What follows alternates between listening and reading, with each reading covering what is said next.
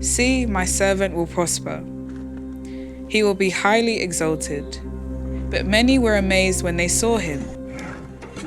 His face was so disfigured he seemed hardly human, and from his appearance one would scarcely know he was a man. And he will startle many nations. Kings will stand speechless in his presence. For they will see what they had not been told. They will understand what they had not heard about. Who has believed our message, and to whom has the arm of the Lord been revealed? He grew up before him like a tender shoot, and like a root out of dry ground. He had no beauty or majesty to attract us to him. Nothing in his appearance that we should desire him.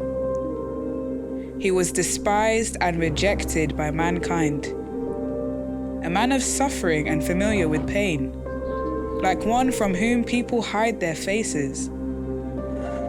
He was despised, and we held him in low esteem. Surely he took up our pain and bore our suffering. We considered him punished by God, stricken by him and afflicted.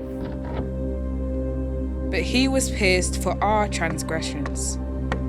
He was crushed for our iniquities. The punishment that brought us peace was on him, and by his wounds we are healed.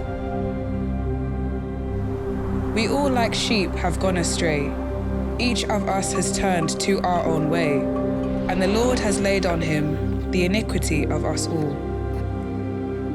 He was oppressed and afflicted, yet he did not open his mouth.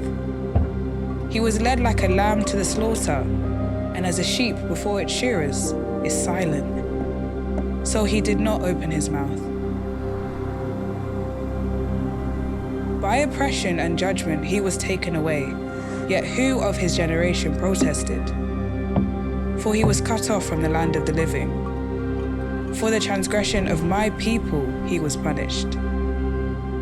He was assigned a grave with the wicked and with the rich in his death, though he had done no violence, nor was any deceit in his mouth. Yet it was the Lord's will to crush him and cause him to suffer. And though the Lord makes his life an offering for sin, he will see his offspring and prolong his days, and the will of the Lord will prosper in his hand. After he has suffered, he will see the light of life and be satisfied. By his knowledge, my righteous servant will justify many, and he will bear their iniquities.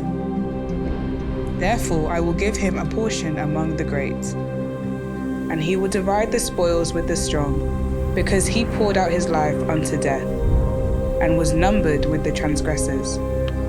For he bore the sin of many, and made intercession for the transgressors.